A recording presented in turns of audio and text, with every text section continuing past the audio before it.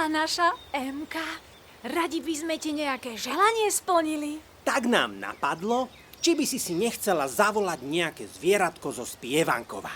Áno, chcela. Najviac sa mi páči žabka. Ale to nie je problém. Figlíky, figlíky, tram-ta-ta, bam, čarovná píšťalka prenes ju k nám.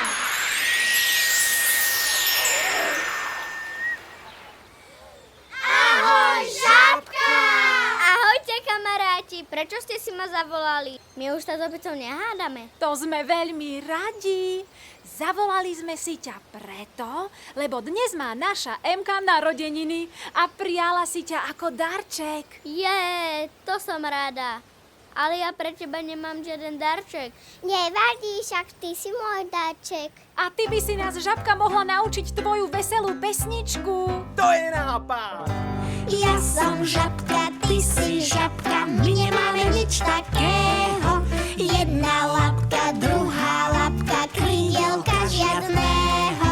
Ua, kva, kva, ua, kva, kva, my nemáme nič takého. Jedna labka, druhá labka, krídelka žiadného.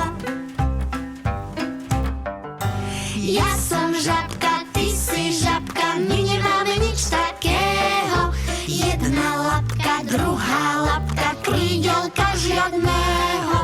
Ua, kva, kva, ua, kva, kva, my nemáme nič takého. Jedna labka, druhá labka, krídelka žiadného.